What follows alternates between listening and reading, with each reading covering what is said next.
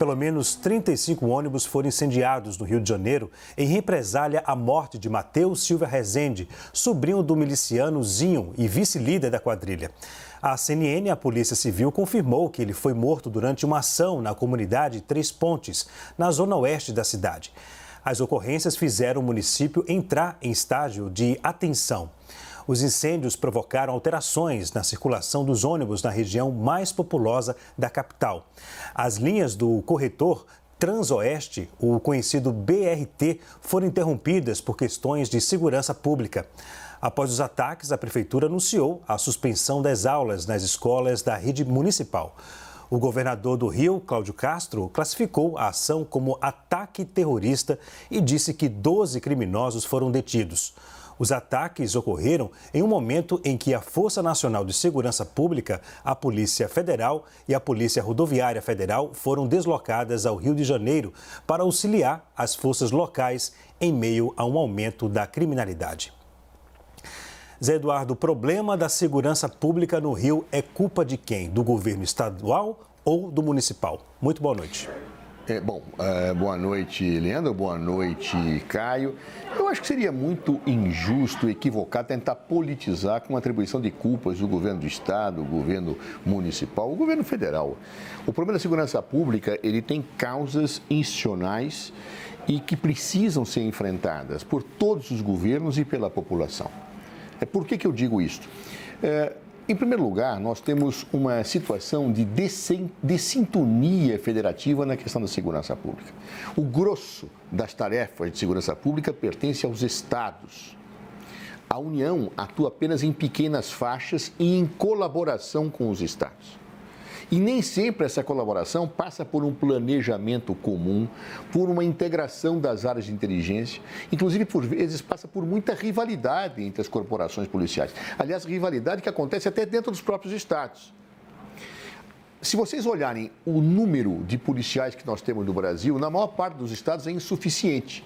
E se você comparar em relação à Polícia Federal, mais ainda existe uma desproporção. Por exemplo, eu acredito que hoje a Polícia Federal deve ter em torno de 15 mil policiais.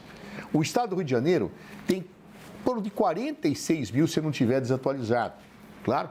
Ou seja, praticamente 3 vezes mais que a Polícia Federal tem para cobrir o Brasil como um todo. Como é que você equaciona isto? Bem, eu tenho que pensar em medidas de longo prazo, médio prazo e curto prazo. Em longo e médio prazo, a meu ver, teria que se mudar a Constituição. Nós já discutimos isso no passado e não se conseguiu. Eu teria que ter uma repartição de competência federativa entre todos os entes da federação em matéria de segurança pública. Todos poderiam legislar e todos deveriam ter competência concorrente nesse campo, para que todos pudessem ter iniciativas. Ou seja, que a Polícia Federal pudesse agir do Rio de Janeiro, não só nos crimes federais ou não só em colaboração e vice-versa. E a partir daí eu tenho que integrar os corpos policiais para fazer planejamentos conjuntos, como nós fizemos nos grandes eventos e deu muito certo. Ou seja, através de centros integrados de comando e controle, Polícia Federal, Rodoviária Federal, Polícia Militar, Polícia Civil, todo mundo junto com um mapeamento de inteligência, o mais possível integrado, tem que cuidar desse assunto. Essa é uma mudança de médio, longo prazo. Curto prazo. O Brasil já vivenciou situações dessa natureza que acontecem no Rio, talvez não com esta magnitude que hoje aconteceu. Mas, por exemplo, me lembro de situações semelhantes no passado, em São Paulo, através de uma organização criminosa que também fez represálias. Me lembro em Florianópolis, uma situação bastante delicada. E isso só se resolve, mesmo que sem mudar a Constituição, com uma integração. Eu acredito que o Ministério da Justiça, o governo do Estado do Rio, a Prefeitura do Rio tem que sentar em conjunto e ter um plano de cerco e proteção à cidade do Rio de Janeiro, das zonas em dificuldade, por todos os modais, inclusive removendo eventuais situações que partam dos presídios, os presos para presídios federais, prendendo os cabeças das organizações que se tenha na análise de inteligência quem é, e mais, você fazendo uma ampla asfixia, inclusive financeira, nesses grupos de milícias que acabam fazendo isto. O Estado tem que mostrar nessa hora que é mais forte que o crime organizado. Ele não pode titubear. E, portanto, a junção de todos é fundamental. Não cabe nesta hora procurar culpados. Nós temos que resolver o problema sem politizar essa discussão para que um partido leve vantagem do outro. Não é a hora. A hora é de somar esforços, de pensarmos no Estado brasileiro e na população brasileira. Caio, de quem é a culpa da insegurança pública no Rio de Janeiro? Muito boa noite. Boa noite, Leandro. Boa noite, Zé Eduardo. Boa noite à nossa audiência. Aí eu vou ter que concordar com o Zé Eduardo. Seria muito injusto, seria leviano até sair atribuindo culpa, né? Aquela história em que você pode recriminar todos e, ao mesmo tempo, ninguém. Até porque a gente está falando de um problema crônico, né? Não só do Rio de Janeiro, mas também no Brasil. Se eu pudesse instituir aí uma razão, né, para explicar, para tentar explicar esse tipo de monstruosidade, aqui toda a nossa solidariedade, né, às vítimas, né, desse prejuízo econômico, como a gente viu, desse prejuízo pedagógico, esse prejuízo de infraestrutura, esse prejuízo reputacional, que obviamente afasta turistas, né, da nossa cidade maravilhosa. Se eu tivesse que escolher aí uma causa para um fenômeno, né, criminológico como esse, é a impunidade. É a certeza ou a expectativa de que você não será punido, né, com base no seu comportamento delinquente, né? Eu já trouxe esses dados aqui. Nós vivemos num país em que cerca de apenas um terço dos homicídios tem a sua autoria determinada. Ou seja, 6 em cada 10 assassinatos, você sequer sabe quem é o autor.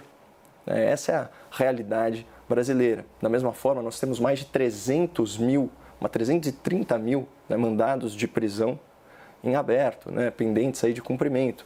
São os foragidos, são os procurados. A gente está falando aí de muitos estádios de futebol, né, 5 maracanãs lotados só de criminosos que deveriam estar atrás das grades. Além disso, a gente fala muito no Poder Executivo, mas também tem a questão legislativa.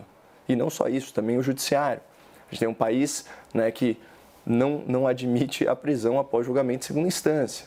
É um país que, vamos dizer, amenizou o rigor da prisão preventiva, mudou critérios de delação premiada, né, que tem uma legislação muito branda em termos de primariedade do réu, de reincidência criminosa, enfim, de progressão de regime. Agora, eu acho que para, de repente, vencer a impunidade, a gente tem falado muito sobre esse tema de Israel, enfim, dos ataques terroristas do Hamas. A gente já leu a definição de terrorismo. Eu queria trazer aqui, isso é legislação federal. Lê para o nosso telespectador. O terrorismo consiste na prática por um ou mais indivíduos dos atos previstos nesse artigo, certo? Quando cometidos com a finalidade de provocar terror social ou generalizado, expondo a perigo pessoa, patrimônio, a paz pública ou a incolumidade pública, certo?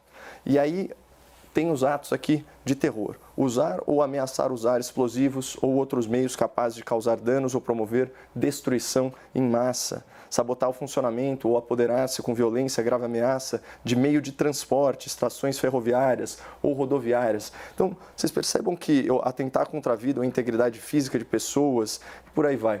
Vocês percebam que o tipo penal, talvez com algum esforço de interpretação, ele se encaixa na conduta dessas facções criminosas. Então, assim, a gente não está mais diante de uma situação razoável, aceitável, nem do ponto de vista de criminalidade. Essa violência extrema, ela tiraniza a população. É um poder paralelo, isso é inadmissível, né? E talvez seja o caso de haver um grande pacto nacional para endereçar essa violência extrema desses grupos, porque isso não tem o menor cabimento e isso está fazendo a nossa sociedade adoecer. Ok. Senhores, falamos agora sobre a guerra entre Israel e o Hamas e os desdobramentos diplomáticos desse conflito. Após o veto da resolução proposta pelo Brasil no Conselho de Segurança da ONU, os Estados Unidos apresentaram uma nova versão do documento, dessa vez com foco no direito de autodefesa de Israel. A ausência de termos fortes sobre o direito de autodefesa de Israel contra o Hamas foi o principal motivo para os Estados Unidos vetarem a resolução apresentada pelo Brasil na semana passada. Na avaliação do Itamaraty, o novo texto apresentado agora pelos Estados Unidos está muito focado em críticas ao terrorismo e só tem chances de ser aprovado com um alerta mais firme sobre a necessidade de ajuda humanitária na faixa de Gaza. Zé Eduardo, você acredita que esse texto, com foco no direito de autodefesa, tem chances de aprovação no Conselho de Segurança da ONU? Evidentemente, nós temos que dar uma olhadinha no texto para ter uma opinião conclusiva. Mas eu posso te dizer eu acho que ficou muito mal para os Estados Unidos ter vetado aquele texto que o Brasil propôs e que tinha maioria para aprovação, especialmente porque a tônica central daquele texto era a ajuda humanitária. A questão específica do direito de autodefesa já está colocada na Carta da ONU, não precisaria ser reforçada. No entanto, como pegou mal, os Estados Unidos agora precisa apresentar uma carta. E eu não sei nem se ele quer aprovar. Sinceramente falando, dependendo dos termos em que tiver colocado esta carta, é só para marcar uma posição, para não ficar mal, porque sabe que outros países podem vetar. Nós sabemos como é que funciona o jogo político e o jogo diplomático. Ou seja, em nenhum momento me parece que há uma intenção real dos Estados Unidos em contribuir pela paz e com aquela situação humanitária. Se assim não fosse, poderia ter feito como o Reino Unido, poderia ter se abstido se achasse que os termos não estavam ideais. Mas não, usou o seu poder de veto. E mais, os Estados Unidos têm uma outra situação perigosa diante de si. Se fala em convocação de uma Assembleia Extraordinária da ONU, que poderá tomar as decisões nos termos dos eixos da nota proposta pelo Brasil. Então, os Estados Unidos precisa também jogar para o mundo, para que não fique soando que ele foi contra a um apoio humanitário. Para tanto, faz uma nota. Seria precipitado dizer que se sabe de antemão que essa nota foi feita para não ser aprovada.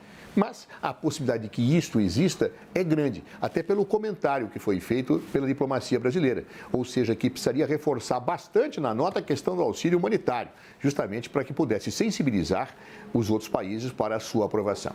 Não vejo absolutamente nenhuma necessidade, num momento em que o mundo está tão polarizado, tão dividido, tão tensionado, de eu ficar, para dar um auxílio humanitário, ficar dizendo que o Hamas tem certas razões, que Israel tem certas razões, vamos partir para a paz, para o auxílio humanitário. Esta é a posição equilibrada, a posição que o Brasil corretamente encampou, que foi apoiada por outros países como a França. Quem não quer isto, possivelmente faça textos para dizer, olha, eu defendi, mas os outros não quiseram. Isso é um jogo político, um jogo diplomático da pior espécie, se é que é verdade. Eu não posso pré-julgar o que não vi, mas posso intuir que talvez esta nota dos Estados Unidos não seja aprovada pelo Conselho, justamente porque também não sei se quem a fez quer realmente a aprovação. Caio, você acredita que o texto tem chances de aprovação no Conselho de Segurança da ONU?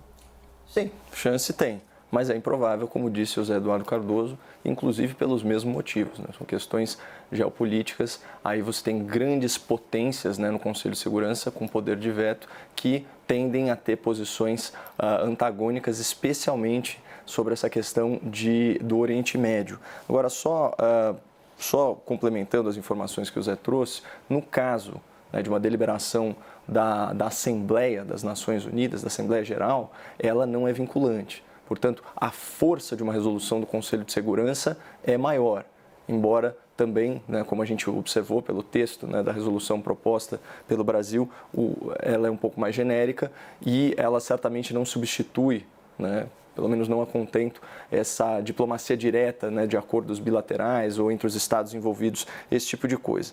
E só, né, como contraponto, né, a colocação de que o direito de autodefesa já se encontra inscrito na Carta da ONU, por isso ele não precisaria de menção, também é o respeito à lei internacional, também é o respeito à lei humanitária. Portanto, esses documentos eles têm um caráter simbólico muito grande e excluir determinadas expressões, por exemplo, não teria cabimento, né, excluir a designação dos fatos como atos terroristas. Então, excluir determinadas rótulos, classificações é deletério. E, nesse caso, é fundamental colocar o direito à autodefesa. A gente não teve, como o Zé bem colocou, acesso à íntegra do texto, mas a matéria da CNN apurou o seguinte: o novo texto reafirma o direito de autodefesa individual ou coletiva inerente a todos os Estados, como consagrado no artigo 51 da Carta da ONU.